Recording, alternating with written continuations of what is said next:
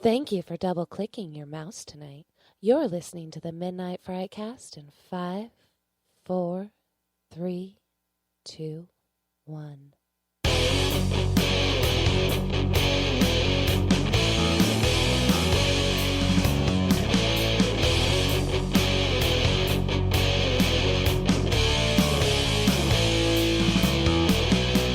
Hey everybody, welcome to the Midnight Frightcast, episode number 70. We are missing our Scream Queen tonight. Maddie is not here. She's got better shit to do. She's watching The Void. So we are going to go over to our doctor of filmonomics, Griggs here. Hi. Doctor of everything else, Patrick. Hey everybody, how's it going? And I am the other guy in the room. My name is Josh. God damn it, Josh. God damn it, Josh. Are going to kick this off tonight. I'm going to ignore that. We're going to kick this off tonight with a trailer. We watched the trailer for Ghostbusters Afterlife. Who are you going to call? Which last week when we did this, I think I called it Ghostbusters 2020 because I had no idea. That they had given a name to I had it? no idea. Yeah. Who wants to start? I just can't wait to see this. Are you in on it? Okay. I am. I've been in on it ever since they cast Paul Rudd in this movie. Okay. And then they announced that the members of the original cast, minus Harold Ramis, is going to be in it. Mm-hmm. I've been in it since the beginning. Okay. So in this trailer, I thought it's a beautiful trailer. It's not just a trailer; it's a beautiful trailer. Right. It gives you just enough to really reel you in. Like, yes. They don't show any of the original cast right there, and I'm excited. I'm super excited to check it out. I was excited 2 weeks ago when we first started talking about Ghostbusters. Yeah. And then that trailer dropped, and I'm not as excited anymore. Oh. And, people are calling it Stranger Things light. And, I'm not far off from disagreeing with it. But is that just because of Finn Wolfhard? I think, but it also has that Stranger Things feel to it, a group of kids. That's what it feels like it's going to be about, is that group of kids. And I understand, like, they need someone to kind of pass the torch to. And I'm not saying that's what they're doing, but, like, that trailer focuses a ton on these kids. And I understand, like, you want to, like, dangle the carrot and shit, and you want people to, like, ooh, what's the next trailer going to be?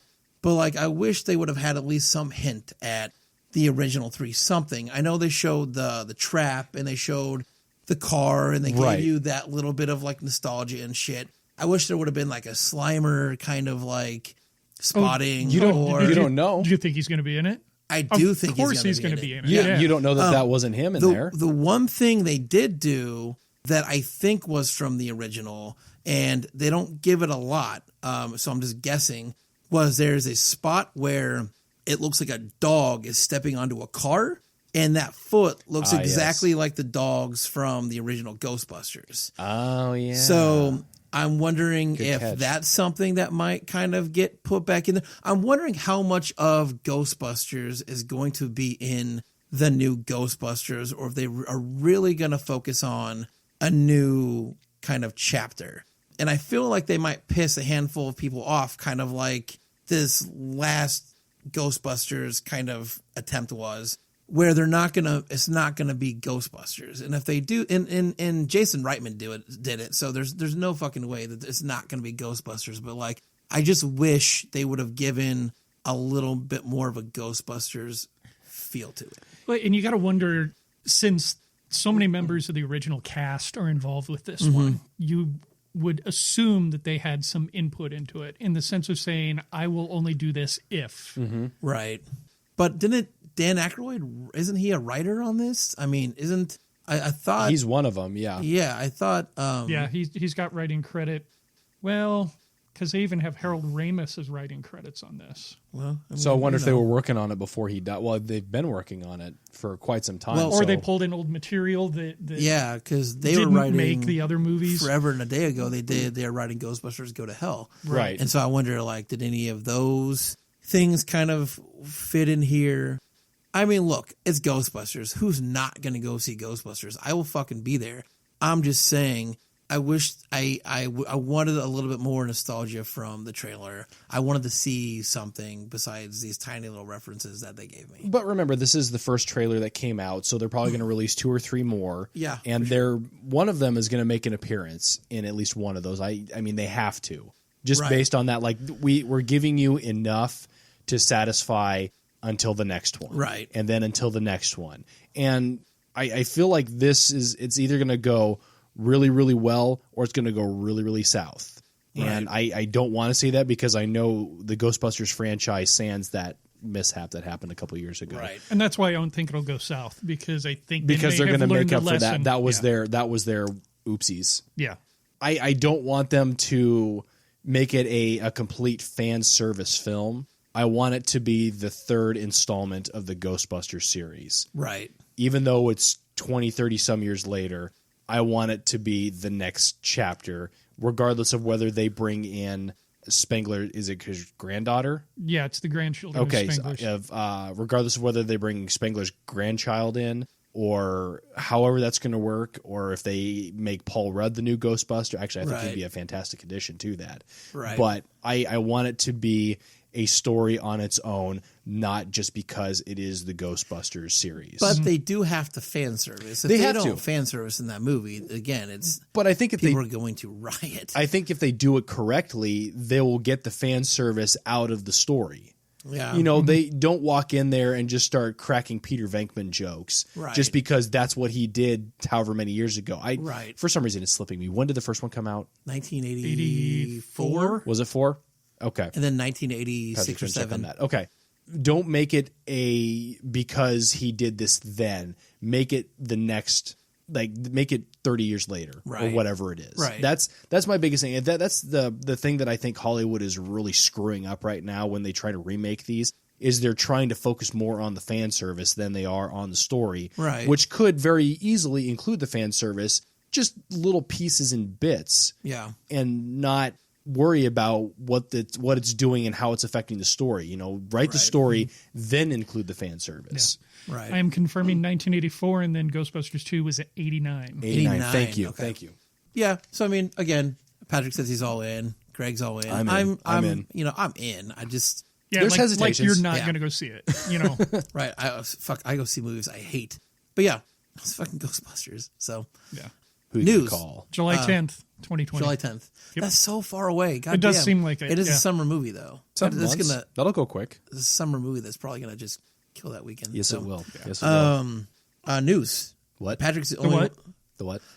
Current events. I tried, Maddie. I did. It's the news. I even tried like Maddie's current event attempt and missed out. Well, the only person that has current events tonight is Patrick. So, Yeah, and it's not even that great of a piece of news. but you did your homework, so good for Well, you. you know what? Yeah. Yeah, I sat on the computer and Googled. Right. Ooh.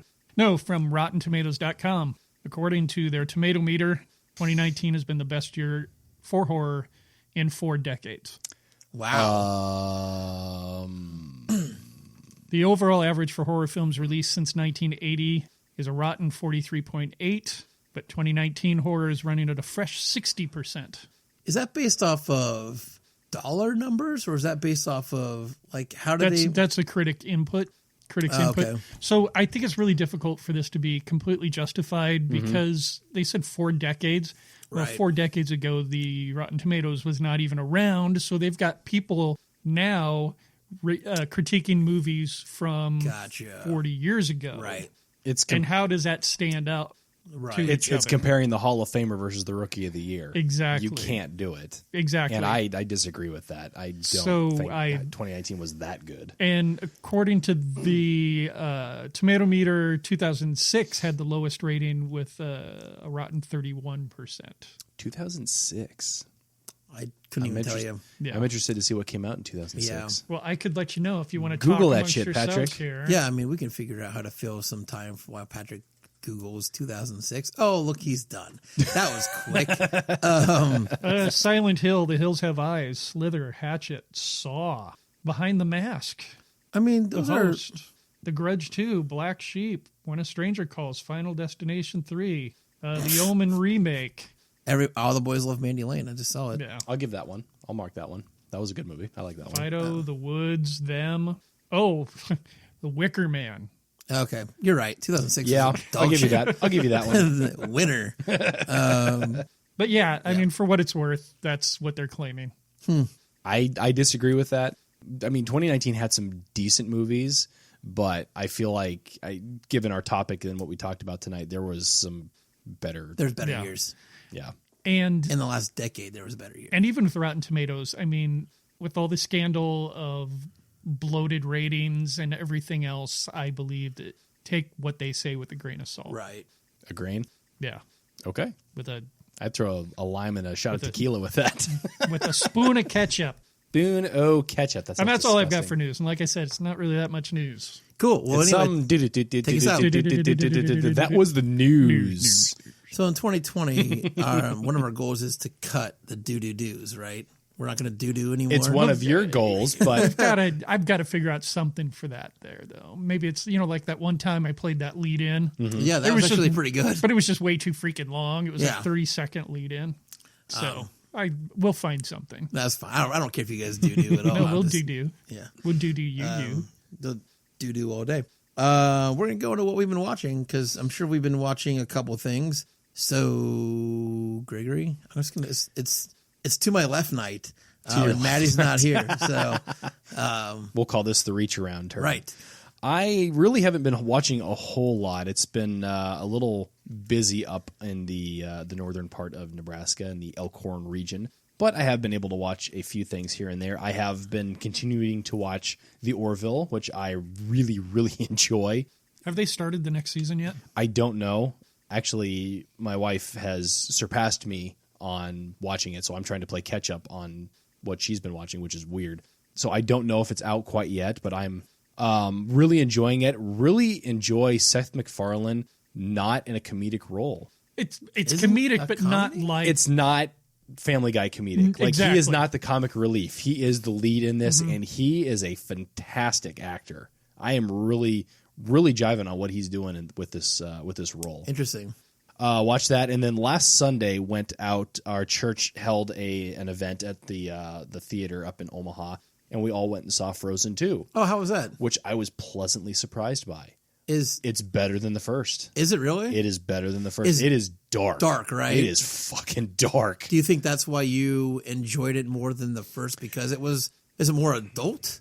Yes and no. I mean, there are some definite adult tones in there, and I'm going to try and do this without spoiling as much as I Right. can. The reason I appreciated it more was because it took a dive into a mythology stance, Okay. and I really enjoy mythology type stories. Okay. So I really enjoyed how they came up with what they were doing and where they went with it. It wasn't whimsical Disney. It was the darker side of Disney with a little whimsy to it. Okay. The songs aren't great. No. Didn't like any of them, really. Even the No, new take that back. big There was song? one. There was one that I liked, but it was because it was kind of a spoof on a Chicago song. Okay. But otherwise, the story in itself was done pretty well, actually. So, Very cool. I know M wants to go see that. We were going to go last week, and then we were like, well, we'll go to the Zoo Lights instead. Mm-hmm. And then we went to the fucking Zoo Lights, and they were sold out. So, yeah. How do you sell out of I the don't Zoo know. Lights? I don't know if they have a capacity, and so they go, Oh, sure. oh, sold out because we reached capacity. So that seems weird. she was super bummed out, but Definitely take her. I think she'd I will take her, appreciate yeah. it. I will take her to that. So, was that it? Yeah, that's all I got. Okay, cool. That's all I got. Okay. I've been watching more 2019 horror. Mm-hmm. I keep hoping to find that Terrifier in this group of independents, and I think I'm just wasting a lot of time Gotcha. trying to find those. What are because some titles? Do you remember any titles that stick out to you? as like Any that you've watched in 2019 horror, like the last week or two? Anything? I'm just curious. they don't stick out in my mind Okay. as being memorable. So Okay. no. Okay. There was like hashtag follow me. Don't. Okay. Sounds like Seriously, hashtag horror, which don't. was horrible. Exactly. Some of them are good ideas, but the execution is just not Gotcha. up to par. Gotcha. It's really hard for me to dog on these movies. Josh, you had decided to change our topic tonight. It was originally going to be the worst of. Right. And I'm glad we're not doing that. Right. Because is it fair for us to throw something at the bottom when we know how hard it is to make movies. Right. In the spirit of trying to keep it positive. Exactly. I mean, we fuck around and, say some negative shit on here for sure. But in the spirit of trying to keep it positive. It was like, what's some cool thing? And I think that was a great move to change the topic and go in the way we're going to later on in this cast. So watching all these movies and seeing some that are really, really not good, it is difficult for me knowing how difficult it is to make a good movie. Right. And if, we said we were going to do that bottom 5 thing, 100% on my list would have been studio films. So I would have never picked on an independent film anyway. It all would have been studio because they have no fucking excuse. Because they have endless amounts of money and time and resources and have no excuse to make a bad fucking film. And that would probably be the best way to go with something like that. Because I cannot fault the filmmakers on a lot of these movies that I saw that I just didn't care for. Right. So I think I'm going to handle 2020 a little bit differently going into it next year and not try to see as many as humanly possible. Right. Because it's impossible. Are you going to just try to see standouts and independents that are kind of being talked about, like highly talked about? Things, you know what I mean? Things that are hitting the newswire and stuff like that. Because there's independents that definitely people like Terrifier too. Exactly. It's independent. It's being talked about, and it's not even 2020 yet. Yeah, so I'll try and hit up those, but not seek out things that it's like on Hulu's back burner radar type thing. Check out, if you're going to chase 2019 films on Hulu, check out Wounds. I heard that was really fantastic. Yeah, I'm going to try to chase that's still that. on my list. Yep, I'm going to try to chase that before we do our 2019 cast, our last one. And I definitely have enough for a top 10 for 2019. I 100% have that as well. So. You've got enough for a top 25. Yeah, right. I don't know if I want to go that deep. So, also been watching Mandalorian. I just really dig that series. Duh. Throw that under mine, too. Yeah. And then to give myself a little bit of break from the 2019 horror, I jumped back into The League. I enjoyed that show. I'd seen it all the way through. Show. It just makes me laugh. It's stupid humor at its finest. And they are just so rotten to each other. And that's the best part of it. So that's what I've been watching. Cool. I chased some 2019 stuff because I feel like I felt super far behind on 2019 films because I just have a really bad habit of watching go-tos and to fill time and shit. So I was like, this next 2 weeks, I'm just going to, and then 2 weeks after this, I'm just going to try to catch as much 2019 stuff as I can before the end of the year. I'm watching a show on Netflix called Mindhunter with my wife, Elizabeth. She's into that kind of stuff. It's definitely, if you like Criminal Minds. Have you seen this, Greg? Okay. If you like Criminal Minds, this is kind of like the stuff, like how that unit of the FBI was created. Jonathan Groff is in it. He's the lead in that. You know him from Spring Awakening, probably, Patrick. Yep. Really, really good. Not something that I would see him doing. And when I heard that it was him, I was like, this is kind of weird. But he stands out. He's really, really good in it. The whole overall cast is really good. The show's like a binge watch show if you have the time. You can easily binge it. They're hour-long episodes, 10 in the season. But they're really, really good, especially if you're into that kind of... Do you know who the creator of that is, by any chance? I do not. But yeah, we've been getting through those pretty quick. I watched Escape Room with my daughter yesterday. I'm sorry. Emma loved it. Really? She doesn't know any better. So... Dude, teach her. Teach her the ways. She's also rethinking her birthday because she's not sure she wants to go to the escape room anymore for her birthday. Emma, they're not like that.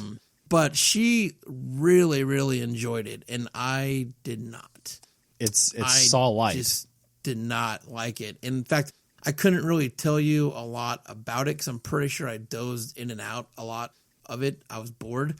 But when Emma sits and watches that kind of stuff with me, I'm like, all right, well, what do you think? She's like, I really liked it. And I was like, that is awesome. Good for you. It is PG-13, so it was safe, kind of. Safer. So, but yeah, Emma dug it. Good for her. She said my only child that will sit down and watch that kind of shit with me. So I caught a movie called Darlin'. It is on Amazon Prime or Shudder. Yes, it's on Prime. It is a third film in a trilogy behind a movie called The Woman and a movie called Offspring.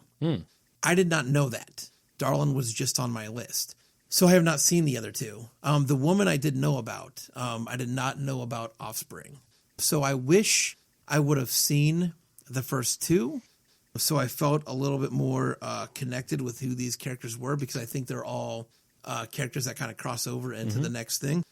It was good for what it was. I mean, it was all right. It's about a feral child that gets she walks into a hospital and you don't know why. She just walks into a hospital on her own, and the hospital like sedates her, and then a Catholic church takes her in and kind of prepares her for her first Holy Communion.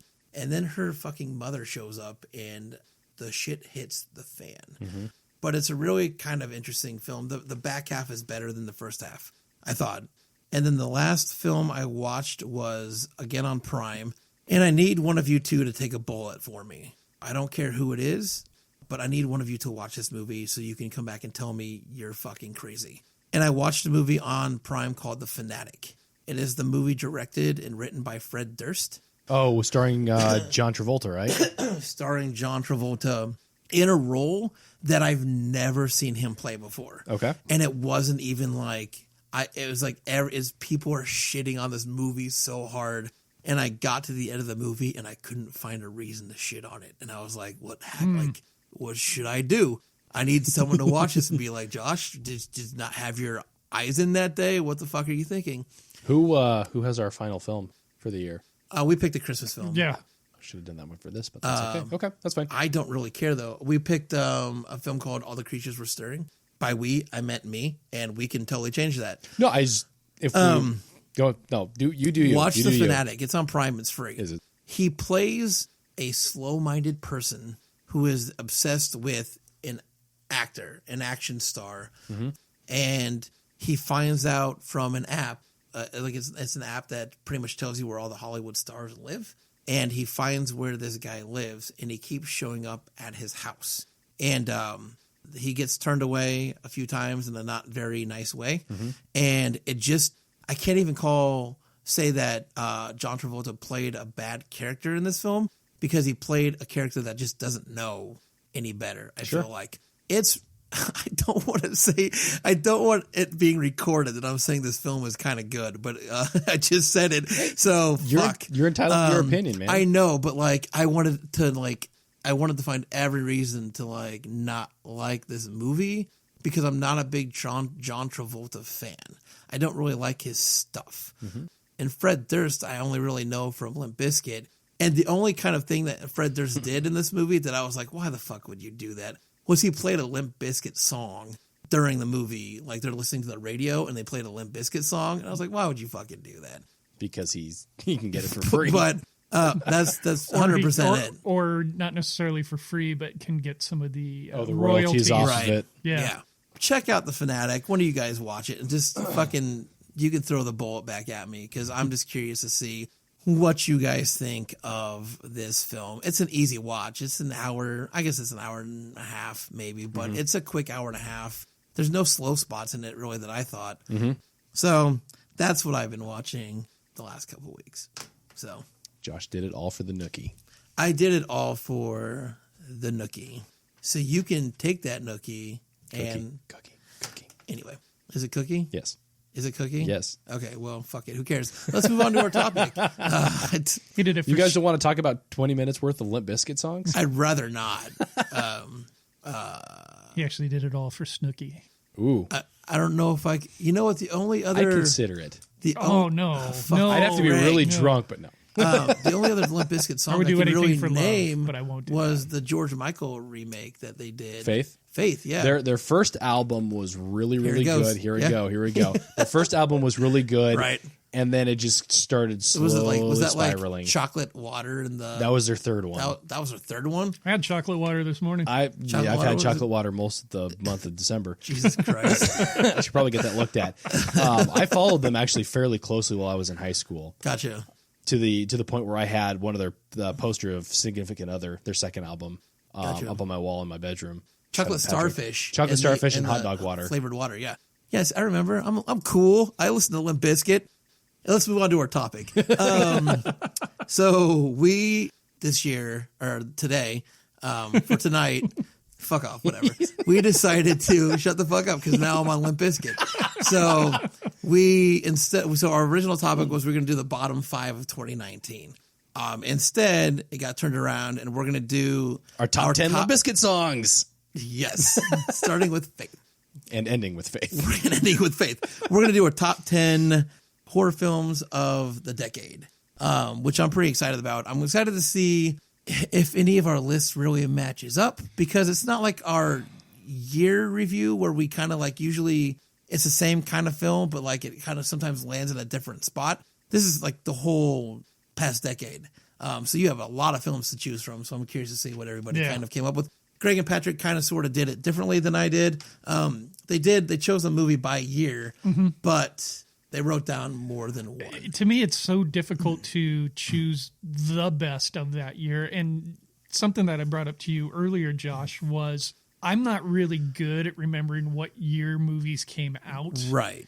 So I will be forgetting like a lot of independent films that came out in certain years, because I went back and looked at lists. Right. And I was seeing studio films. Exactly. Right. So this is kind of like top 10 of the 2010s studio films. Yeah, right. But I'm guessing that a lot of ours, it's going to be the same thing on a lot of ours anyway. You said because you guys wrote down multiple films kind of for each year, you guys just want me to start, and in case I name one, you guys cross it off and choose a different one? That's fine. Do you want to do it that way? Yeah. Okay. Then we will start with 2010. I guarantee this is not on anybody's list, but, shit in a box. Here we go. 2010, Adam Green's Frozen was my pick for 2010. I'm going to go back too. I picked movies based on their rewatchability. Is that the right word? No, I think that's a great way to look at that. Where it's films that I can go back and rewatch over and over and over again that are go-tos for me. So a lot of this list for me is movies that I not only loved from the year, but a movie that I can rewatch over and over again still till this day. So Adam Green's Frozen was a movie that I fell into actually late. I probably saw it a couple years after it came out from 2010. And Adam Green has just become go-to filmmaker for me in general, because I'm a fan of the Hatchet films. Digging Up the Marrow I thought was really great. So Adam Green is just kind of one of those indie filmmakers that I follow, and I just dig his stuff. So Adam Green's Frozen, 2010. I would actually like to put that on my list. Because I did really enjoy that as much. You've been recommending it for years upon years, and I finally pulled the trigger this last October, and super glad I did, because it's so simple. Right. The simpleness of the movie is what makes it amazing. Right. And what they did with it. So I would like to tack that on as an honorable mention for 2010. Cool. So I don't know if we're going. Just go, Greg. I'll just go. Yep. 2010, I had one and only one that I wanted to put on here, and that was Tucker and Dale versus Evil. For sure. Fantastic. It actually came out in 2011. Not according to IMDb. The official release date was in 2011. Well, then somebody's lying. So I'm still leaving it on 2010 because I didn't see anything else under 2010. Sounds good. Patrick, go. I'll see if I can find something quick. No, you're fine. No, Tucker and Dale's fine. Tucker and Dale is fine. It's good. No, the only reason I knew that is because I was double checking all the release dates for these things, because I also had that for 2010. I will trust you. It's tough because so they might have made that in 2010. It could have probably screened somewhere in 2010. And then this didn't get wide release until 2011. Exactly. And I was going off theatrical releases. So yeah. Go ahead, Patrick. Like you said, I had multiple ones for each year. But if I were to take the top one from the three that I listed on here, I don't believe this was a studio film. It may have been. I know it was a remake of a foreign film, but the movie was Let Me In. Oh, Let Me In's fantastic. Yeah. It was Let the Right One In. Let the Right One In, which is way. I mean, it's a shot-for-shot remake, but Let the Right One In was done really well. Yeah, but Let Me In I thought was a really good remake of it. I did not see Let Me In. I saw Let the Right One In. Yeah, so you saw the same movie. Gotcha. Just pretty much. Stick Chloe Grace Moretz in there, and you're good. Same goddamn thing. Gotcha. Yeah, that's a great. That's a great pick. My runner-ups were Devil and the Crazies. I hated the Crazies. Oh, Devil was really good. The Crazies I actually didn't mind. Devil wasn't bad. It was a nice reprieve for what Shyamalan had been pumping out. Right. So different, yeah. So 2011. My choice was Cabin in the Woods. It's something that you've never seen before. Let's be really honest too. I disagree. I think it's something that you have seen before, just not all of it in the same spot. Who did that? He did what's the name of this director or the writer director that Patrick's going to tell me his name. I'm going to feel really fucking stupid here in a second. because it's a name that you should just know.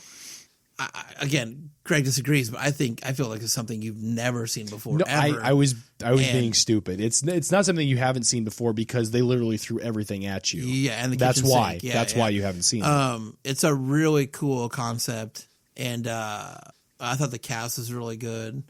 Yeah, the ending alone was just worth the whole fucking watch. So, absolutely. yeah, Cabin in the Woods is my 2011 choice. Drew Goddard was the director. Who was the writer of it, though? Well, Josh Whedon. And Drew Whedon. Goddard. Yeah, okay, yeah. Yep, so, Cabin in the Woods. Cabin in the Woods, definitely. Also, Tucker and Dale versus Evil. Okay. Just to cover both sides. It doesn't matter which. For sure. Yeah. All right, Tucker and Dale versus Evil or Cabin in the Woods? Tucker and Dale versus Evil. Every time? Every time. Gotcha. It's just... It's so rewatchable. Absolutely. Yeah. Absolutely. It's just... It mixes comedy and horror so well, and it twists the stereotypes of what it is, and I think that's what makes it hilarious and a good movie. When it comes to rewatchability from my 2011, okay, my 3 movies were Grave Encounters, Insidious, and Tucker and Dale versus Evil. And when it comes to rewatchability, it's Tucker and Dale versus Evil. Gotcha. For me. Absolutely. Yeah. God, Insidious is so good. You said in Grave Encounters? Yeah. I'm trying to think of that one. I don't even remember that movie. I've heard of it, though. Yeah, it's about ghost hunters. Okay, cool. 2012, we're there. My pick for 2012 was American Mary. I thought it was just a great film. I didn't see a lot of options in 2012 that I loved. Standout-wise and rewatchability, the Saska sisters that we've chatted about on here before, I went with American Mary. And the thing is the first time I saw that movie, I hated that movie. I really did. I did not like. I thought it was super hyped, and I thought it was way overrated for what people were saying. Sure. And then you watch it a couple more times, and you catch things that you miss, and kind of what they were going for. And I found a small appreciation for that film. So enough to land on my 2012. Okay. So, American Mary. I agree with you. I'm flipping through 2012 just to make sure there's not something that I completely missed, and there was not a lot that was good that I found in 2012. So my pick for that year was actually Chernobyl Diaries. Okay. Was the late discovery by me. I think I watched it last year, not this year, for our 31 Days of Horror, and was pleasantly surprised because it was shot found footage style, but it wasn't a found footage movie. For real, yeah, yep, true. So really, really like that one, Chernobyl Diaries. Cool, Patrick. My 2012 top one is, I'm probably going to get a lot of shit for this one because a lot of people just did not like it, and it's VHS. I did not mind VHS at all. I thought VHS was fairly decent. I didn't think it was as good as ABCs of Death. And I have not seen ABCs of Death. Okay. I did. This was probably like one of my first introductions to anthology horror. Gotcha. And I thought that they were pretty well done for Right. amateur hour because I think it was bloody disgusting. There were some names on that anthology. Yeah, I mean There are definitely there's some some names names. on it. People who've gone on to do really good things. In fact, the director of the last segment, Radio Silence, the 3 guys that do Radio Silence, yeah. they did the movie that we're reviewing tonight. Yeah, yep. So these people have gone on to do bigger and better things. Yeah. But like I said, it was my first introduction to anthology horror, and I just really dug that series. Cool. 2013. I feel like this was my introduction to Fede Alvarez as well. But my 2013 pick was Fede Alvarez's Evil Dead. I'm not a huge remake fan, but that Evil Dead remake was the shit, I thought. Super bloody, different concept. It didn't have ash in it, so it was different. It had a really cool idea behind it. Tons of blood. The end of that movie was just straight raining, like literally raining blood in that movie. And I had hoped that they would come back and make an Evil Dead 2 with Fede Alvarez, and that kind of fell through. So, and he went on to do other things anyway. He did Don't Breathe and some other stuff. So, but yeah, my 2013 pick is The Evil Dead. Gregory. 2013 was another difficult one for me. Again, I'm flipping through it, and one that I came across. Oh, Frankenstein's Army was 2013. Yes, it was. I didn't realize that. Interesting. I'm not seeing a whole lot that's standing out to me.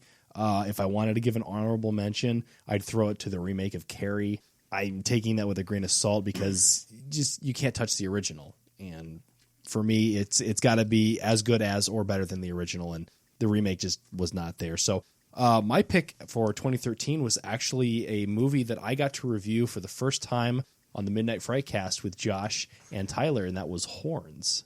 Oh, that's a great pick. Yeah, Daniel Radcliffe. Indeed. Actually I was going to put that on our watch list for this year, and because it had dropped on Netflix, and I left it off. But Horns was actually a really good movie. Really good movie. Patrick, 2013. 2013. Well, start of an entire universe. The Conjuring. The Conjuring. I feel like I purposely left that off my list. Really? Yes. Because I love The Conjuring and that whole universe, but I felt like that was going to come up. But that does not dismiss my pick. Sure. Because The Evil Dead was a ton of fun. And again, rewatchability wise, it's a go-to anytime. The Conjuring, though, is that universe is great. So yeah, and I can't say that the follow-ups have been as good as The Conjuring itself, but I do appreciate this entire universe that he's created. The Conjuring 3, the info that I got about it does not sound that interesting. The Devil Made Me Do It. Yeah, is that what it's the tagline is? I'm not. The full name of it. Yeah, I'm not loving it, but we'll see. Yeah. 2014. Actually, for 2013, another one that I could have put on that list was The Purge, because that started that whole series. Yep. And it's obviously the best of all of them. Yes, the original, the first Purge. Yeah. Yeah. Not the first Purge, but the Purge. The Purge. Yeah. And Greg, what was your pick for 2013? I'm keeping track and maybe posting it. Horns. Horns? Like. Got it. Porns. Yes, porns. As in more than one? Yeah. Porn? Cool. My pick for 2014 is my pick of the decade, so we can just get this out on the table right now. My pick for 2014, Greg's going to high-five me, but I feel he's going to take his high-five back real quick, is Kevin Smith's Tusk. Oh, took all the air out of the room. Fuck you all. What were you going to high-five me for? What do you think I was going to say? I'm just curious. I'll talk about it later. Okay, fantastic. Kevin Smith made Tusk in 2014. I thought you were going to choose It Follows. Fuck you. Why would I choose that dog shit movie? And Tusk started the me talking about it for the next 5 years. And us basically. giving you shit about it for the next 5 years. I love that movie. It's not my pick of the decade. I'm taking that back. I was kidding. But 24 is my pick of 2014. And again, it's a movie I've seen 100 times, and it's a movie that I could put in, turn my back, listen to it, and know exactly what's going on. Kind of the same way, except I turn my back and I walk out of the room. That's fine. And then I called Josh and I said, "What the fuck is wrong with you?" That's fine. It's I'll try not to take too much time because I know we have other shit to talk about. But that whole based off the podcast thing, that whole watching that how it was movie created. get built, is something I go back to all the time, and I just think it's a fantastic kind of way to see that movie come together. So 2014 Tusk. Greg, go ahead. Well, Tusk was not on my list. I'm going to slowly build up to it because I actually had 4 on my list that I really liked. 2014 was a great year for horror. And I know that. Sorry, by the way, I do know that 2014 was a great year for horror. And there's a handful of movies that I left off my list because I picked one. So anyway, go ahead, Greg. I don't do the pick one. I like picking multiples because it's how I roll. So It Follows is one that I really... Shut up, Josh. I enjoyed it too. It's on you like Tusk. Shut up. You guys are fucking full of garbage. It was on my top 3 for that year. It Follows. You like Tusk. You probably Shut like up. the fucking witch. Shut too. up. No. Dog shit. No. Fucking film We'll watchers. fight. We will fight. We to will the fight. Death. I will fucking put on my walrus suit and chase your ass around this fucking basement. I will kick you in your walrus balls. Go ahead. It Follows was on my list. Another one that was actually a found footage, but I feel one of the better found footage movies was As Above, So Below. Sorry, Patrick. You people. Number 3 on my list was there's a word I wanted to use. Garbage. No, fuck you, Josh. Was Creep. Mark Duplass and Creep was a great movie. Dark Horse, that's what I wanted to say. It was a Dark Horse movie. Kind of came out of nowhere. And my pick for the decade, what I thought you were going to say, but I was very disappointed, was Last Shift. That would have never been my pick for the decade. Not For in a real? million fucking years. Oh my No. God. That's It's a Hands great, down. it's a great movie, but I don't know if it would have been my pick for the year. it comes down to rewatchability, and it's That's legitimately the last horror movie that scared the crap out of me. And I think that says something. I think it's a great pick. There's no doubt about that. So I mount that up. That is my 2010s pick of the decade. Say what you want. I don't care. It's better than Tusk. For 2014, I also had It Follows on my list. I had a Australian or New Zealand movie called Housebound, which I don't know if either of you guys have seen it. It's very interesting pseudo horror comedy. But I did have As Above, So Below listed as my number one pick for that year. And it would not have been in 2014, but since rewatching it multiple times and having a much better appreciation for how it wraps around Dante's Inferno. Yep. I just, now in 2019, it is my pick for 2014. Yep. Cool. 2015. Yep, sorry. We're in 2015? Yep. Okay. My 2015 film pick was Green Room. I thought Green Room was fantastic. You've never seen fucking what's his name? Patrick Stewart, the way you've seen him in that film. It's a brutal, brutal film. It's hardly a horror film. It's really super brutal though. And I just enjoyed the shit out of that movie. I thought the music was great. Just the brutality of the film I thought was fantastic. So that is my pick for 2015 is Green Room. Excellent. But you look at these lists and you see multiple movies in different sides. Like I'm looking at a 2015 list and Creep is on there, and like where are they pulling this stuff from? It's just frustrating.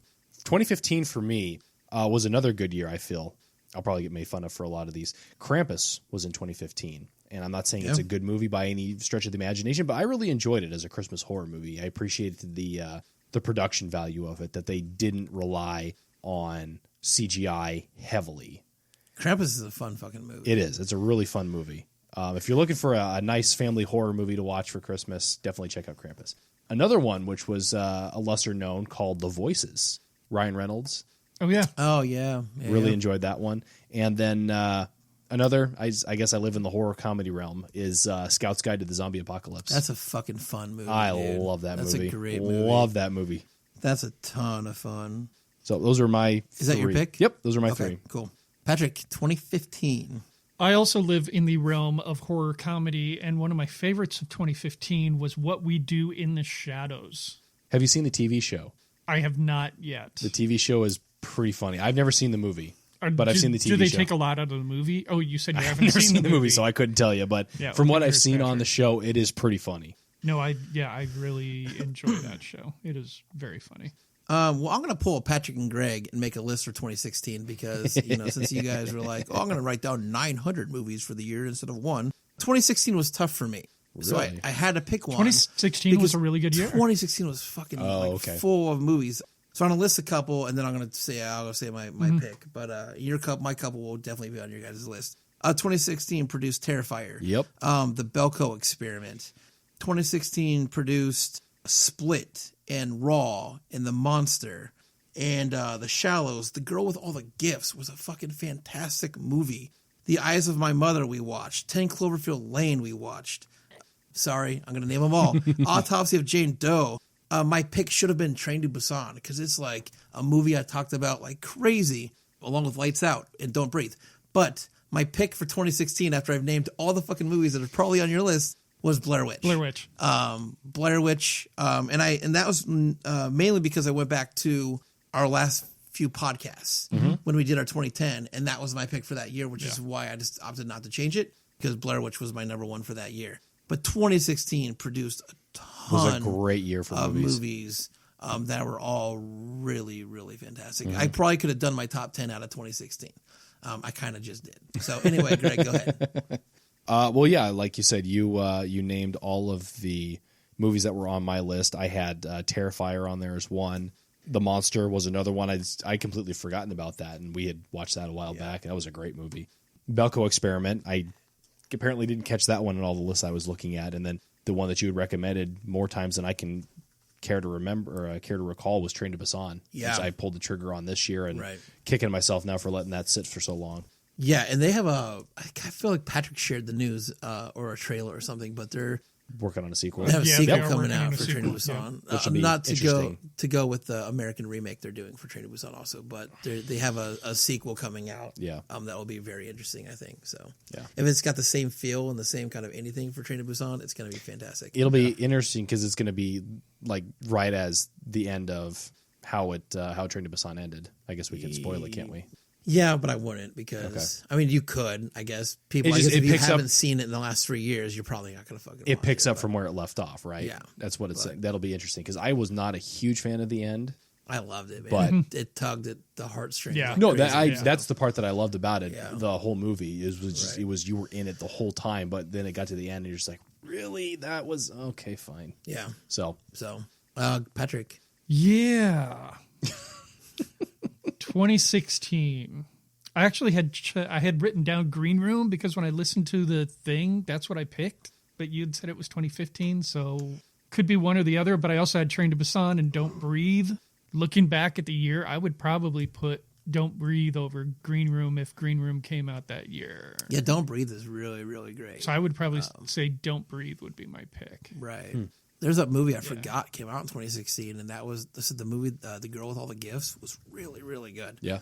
Yeah, 2016 was a great. Yeah, it year. really It was was. tough. Greg, So, you had picked Hush that year. Hush is a fucking fantastic movie. Forgot about that one. Damn. Yeah. Hush is great. 2017, I'm pretty sure it's going to land on our list, so we probably all say it. It was the number one on our list for 2017 is Get Out. Get Out. So we can all just agree on that. You know, and that was tough for me to put that over It. That year or even till today? Even today, I think, is Really? difficult for me to put it over It. Interesting. But I still think it was a more solid horror movie. Yeah.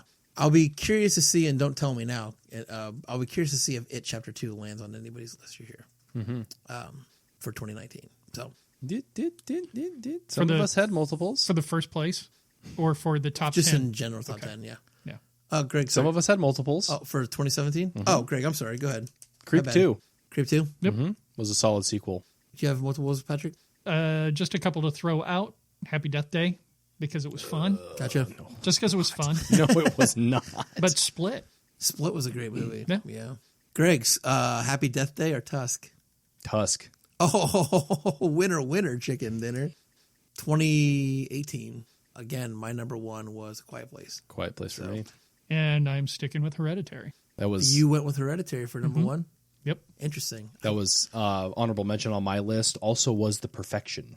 I did not see that movie. You didn't see That's The a Perfection? good movie. It's a fantastic movie. That Check was it out. on Netflix, right? It's very twisty. Yes. Yeah. Very twisty. Yeah, I did not see it. So Check it out. Same gal that is the lead in Get Out, Allison Williams. oh, gotcha. Is in this. Yeah. Okay, cool. So yeah, that's our. So you said horror film of the decade for you, Greg, was what? Last Shift. Was Last Shift? Patrick, if you had to pick one off your list, could you do it? I couldn't. You couldn't do I it. couldn't do it because I enjoy too many subgenres. Right. It'd be fucking tough. Yeah. Be really tough. Even off my list of movies that I could just rewatch over and over again, I don't think any of those would land on my top 10 of the decade. Yeah. I mean, off the top of my head, fuck. I don't know. It'd be tough. So let's move on. But if anybody wants to share out there, if anybody listens to Well, this we didn't fucking cover thing- 1 year in the decade. We did not cover 2019, which we will cover in 2 weeks. In 2 weeks. On our final podcast of the year, we're going to cover our top 10 of the 2019. And we won't have Maddie again that day either, I don't believe. Maddie's film of the decade, though, is The Void. Void. And her number one film of 2019 is The The Void. Void. So we just Her, covered Maddie. her number one film of all time is The Void, I wouldn't say that. It was funny listening to followed by Hellraiser. Hellraiser, yeah. There it is. listening to the 2016 best of. She talked about watching The Void then, and she had already seen it multiple times then. Gotcha. So I'm curious how many times she's actually seen this movie. Fucking hated it that first time too. I remember her saying, I thought so. Tonight we'll move on to our feature. You get to watch it, Greg. Okay. Our feature tonight is a movie that will 1,000% end up in my top 10. We watched Ready or Not. Patrick, you got deets? I do have deets. Ready or Not, 2019, running an hour 35.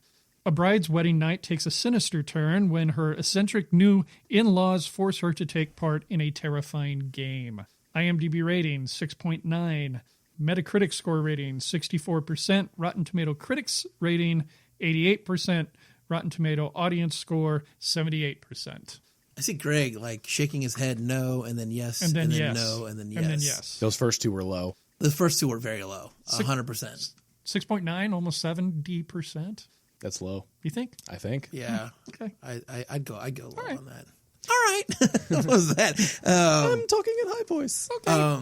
I saw this movie in the theater when it came out, and I'm kind of glad I did because watching on the small screen does tough. not do this movie any justice at all. Well, especially that last scene.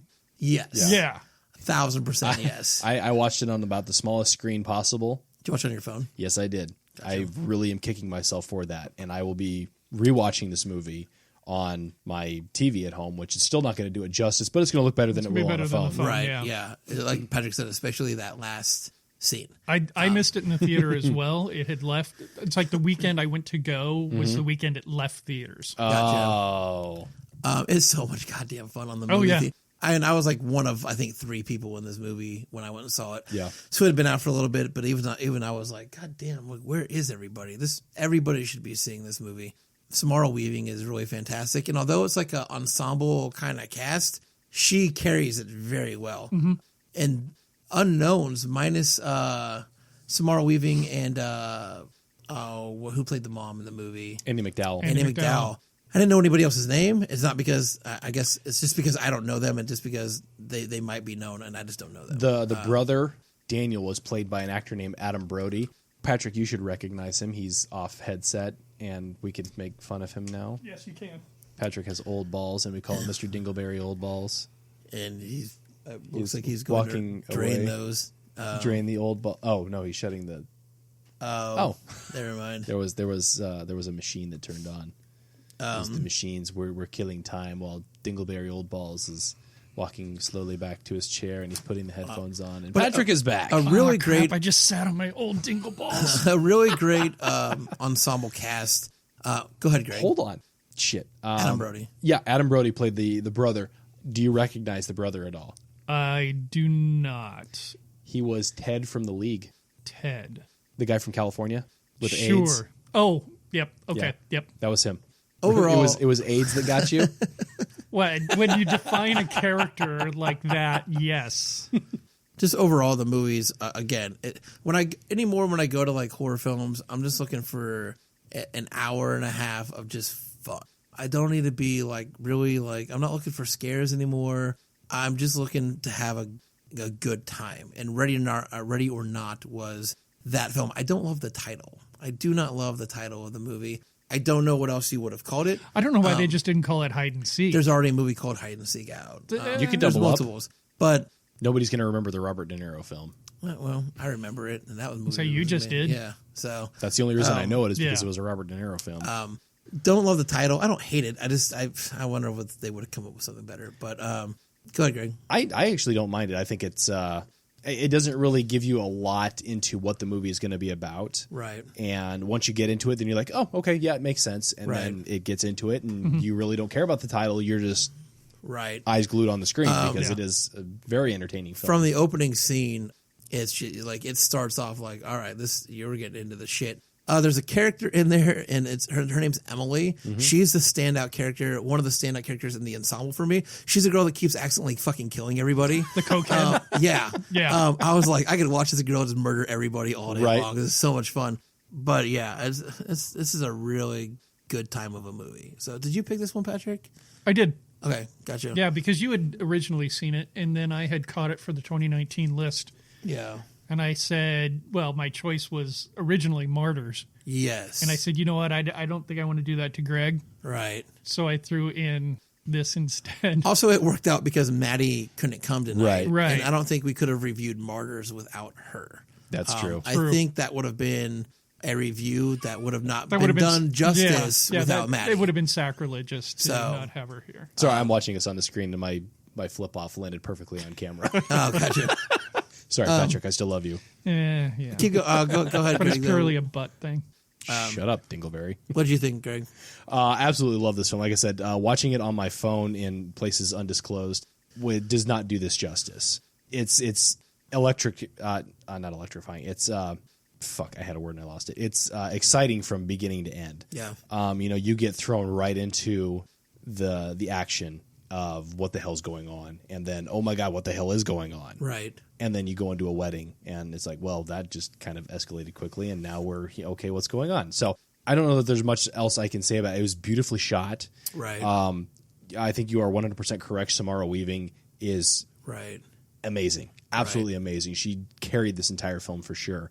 I don't know that I wanted more from the family, but I wanted a little bit more, and I don't know what that would be of. I like that they were very comedic. Like, you could almost call this a very horrific black comedy, right, in certain respects, especially with the sister Emily, who just apparently walks in and can point blank blow somebody's face off or put an arrow through somebody's throat. It was her dialogue that followed every kill. Right. That was oh my God, that was fantastic. And she was committed to the over the top character, which I think is what you might be touching on, Greg, is that not all of the actors in the family portrayed those characters as heightened as she did. Sure. And I think that would have helped all of their character development just a little bit more. Just push it a little bit more. I could definitely agree with that. I tell you, the one character that I really did not like was the butler, or I don't know what you would call him. Yeah, we'll call him a butler. The butler. Yeah. He felt weirdly out of place. Like, I get what he was doing.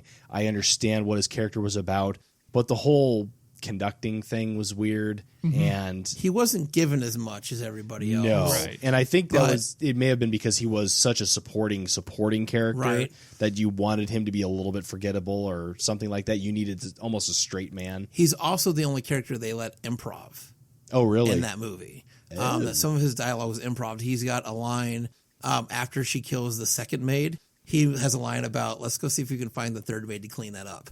That was all improv. I must have missed that one. So some of his dialogue was improv, and he was there the only one. He was the only one they kind of let play. Okay.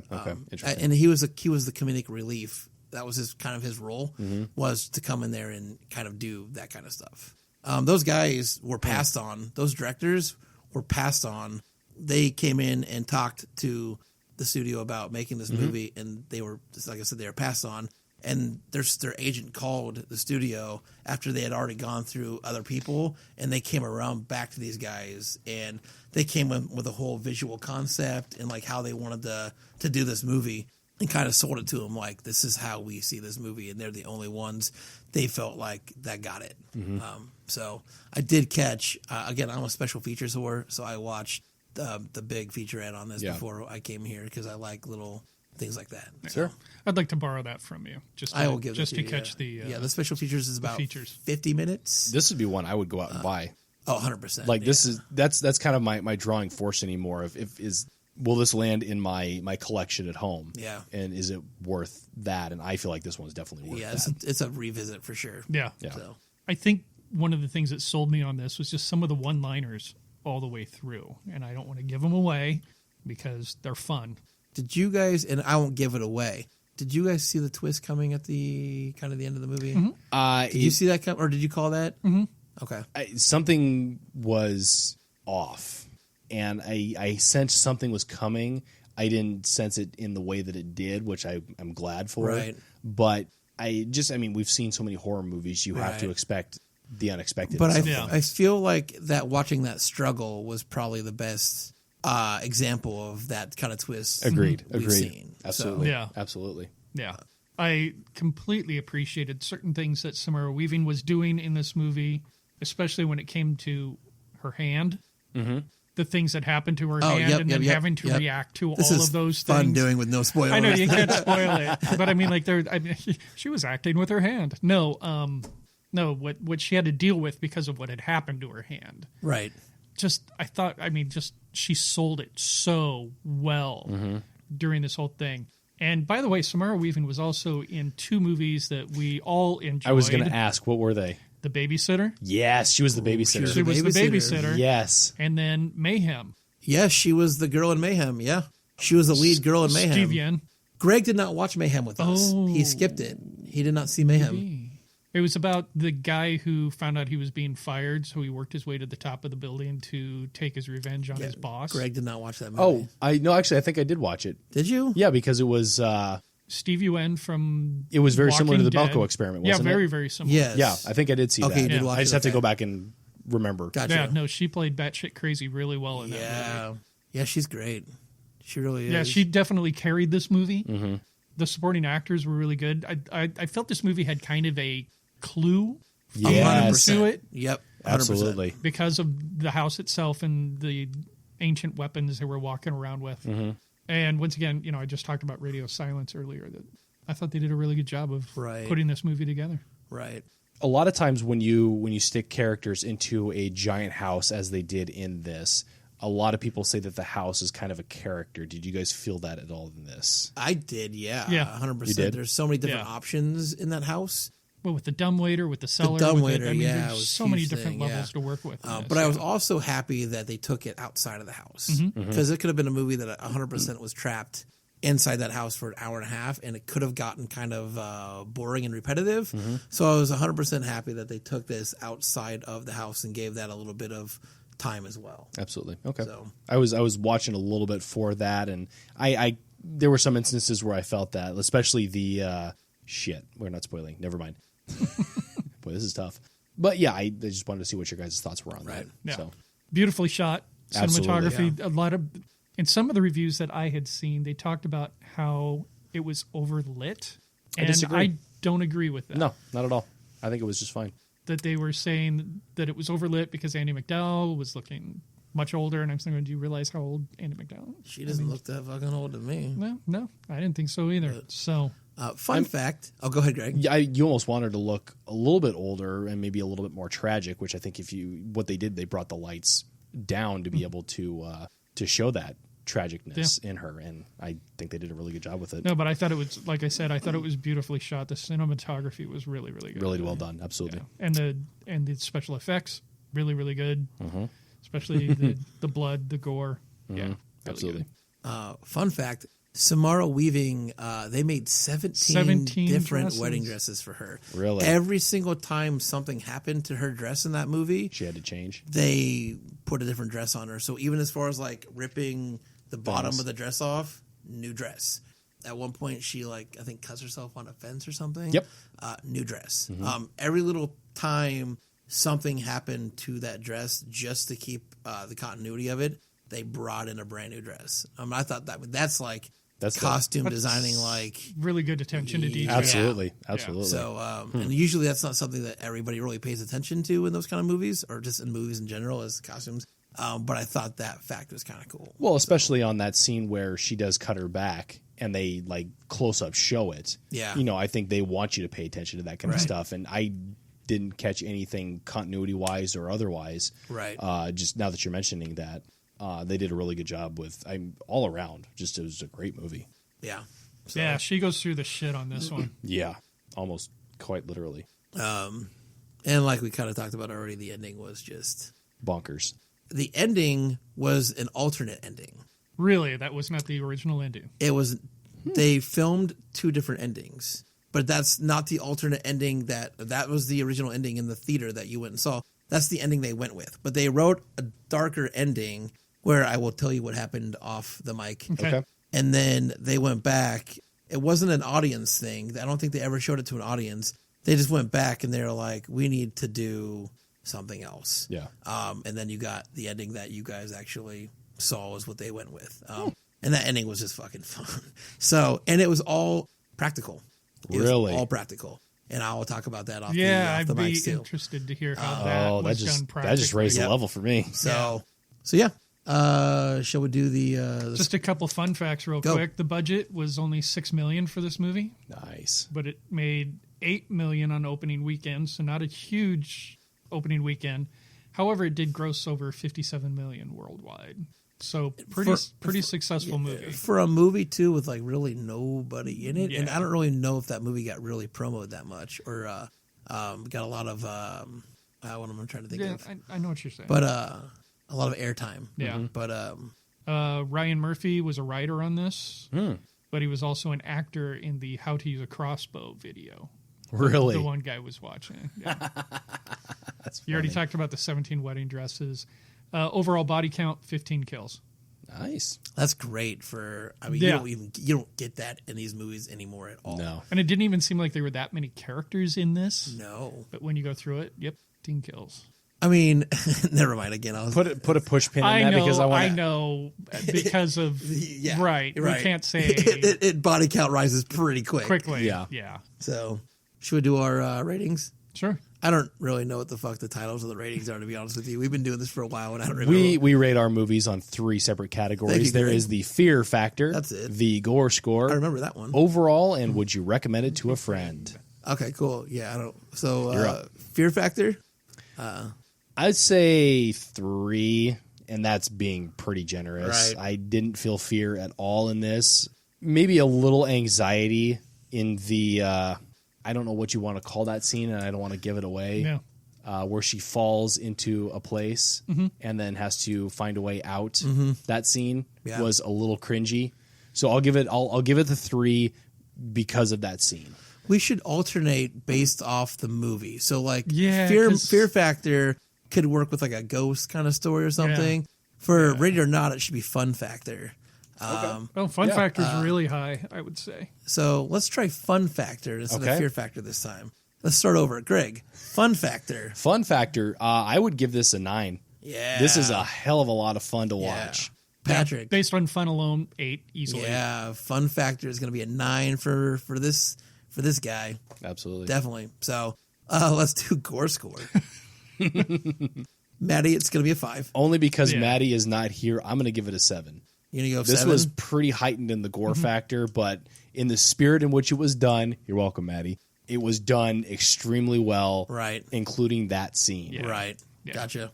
There was a lot of blood Yeah. in this movie, and there was enough stuff to make me cringe. Yep. Yeah. Watching some of the kills, and yeah. So I'd probably give it about a 7. Okay. Well, I mean, my fun factor goes with my blood factor, so I'm going to go 9 again. Really? Because, yeah, I had a bloody good time watching this movie. Awesome. So I'm going to go high with the blood. Yeah. So overall, I'm going to give it a 9. yeah. Solid. This is just, it was a great movie all around. It was fun to watch. It was bloody as hell. It was just a really good horror movie. Really great story, most of all. That's the It was most important well-written. thing. Yeah. Really well written story, and I highly recommend this to any friends that want to check Yeah. this one out. I'm not going to go quite that high because I wanted to see the supporting cast be developed just a little bit more. So I'm going to give it probably a 7.58, Okay. right in that area. Did you need them to be developed more? It's just that Samara Weaving did such a good job. I wanted to see them elevate to her level of performance. Okay. Here's what scares me about doing that, and this might completely detract from what I was talking about earlier with wanting a little bit more from them, is you'd almost get to a point where you might care about the characters. I kind of wanted to care about 1 or 2 of them. Emily for sure, which I feel like you did. I cared a little bit about Emily. She was such a. Yeah. You know, she was the family joke. Everybody Right. shed on her But because she's she had still the a coke throwaway problem. character. She is a throwaway character, but you felt for her when she fucked up, and everybody was like, "Oh, like Emily fucked up again," and this, that, and the other thing, or whatever. I also wanted to feel more. I'm that family for- member, by the way. Yeah. For the brother that did try to help out. Okay. Yes. Him for sure. I felt he was a little flat for what he needed to do in this movie. I would agree with that. I feel like he stepped it up a little bit more towards the shit. Towards the shit. Yes, towards the shit. Yeah. Should I continue? No, you're fine. Towards the end. I don't think that's saying anything. That's not saying anything. Okay. Yeah, I feel like he ramped his character up a little bit more towards the end to where I think you wanted it to be. But I felt like his progression was handled very nicely. I'd almost say handled better than her husband. And I can't think of his name. I would agree with that probably. Her husband was a little flat for my liking. I also could have used less of the butler. Agreed. Absolutely agreed. Yeah. 9s across the board for me. Nice. For this film. I was a huge fan of Ready or Not. When I walked out of that theater feeling like I was leaving a fucking party. So I just had a really good time. I don't want to party with you, man. So I was like, give 2020, step up, give me more of those. Because as much as I love a good scary movie sometimes, I would choose a Ready or Not kind of film over anything at this point right now. And what I So- liked about this is, with you guys knowing that I'm a huge horror comedy fan, is that this was horror comedy without being over the top horror comedy. Like It was wasn't- very subtle. it wasn't very jokey. subtle. Yeah, it wasn't jokey because like Shaun of the Dead, which is like one of my all-time favorites, still had that jokey element to it. And definitely some of these others that we mentioned earlier this evening were very jokey. But this one was that almost perfect blend. Right. Shaun of the Dead was dialogue jokey. Ready or Not was bit jokey, I feel like. Where they put little bits in there that were funny. But they committed to those bits. Yes. It wasn't just a bit to be funny. Right. It was a bit that ended up being funny. Right, exactly. Exactly. So, yeah. yeah, so we're going to wrap this thing up with some plugs. I know Greg's got one, so plug, Greg. I am Greg the Movie Guy, and I am positively writing movie reviews over at gregthemovieguy.com. My plug is coming soon. Yep. Now, if you're a fan of the Frightcast, we know you are. Help us out. Make sure that you head on over to iTunes or whatever platform you're listening to the podcast on, and make sure that you rate and review us and tell all of your friends and family. You can find us on all of the social media, so look for us at the Midnight Frightcast, and finally make sure to check out our films at midnightfrightfilms.com. Cool. So for Greg and Patrick and myself, and even for Maddie, this was episode number 70. We will see you next time. Last cast of the year. Be sure to be there. Oh.